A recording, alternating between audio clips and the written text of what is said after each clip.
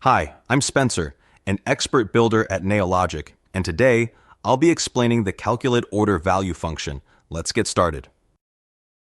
The calculate order value function is used to perform calculations on sales orders without creating or saving them. This function focuses solely on computing order values, such as item totals, taxes, and shipping costs, using specified data sources.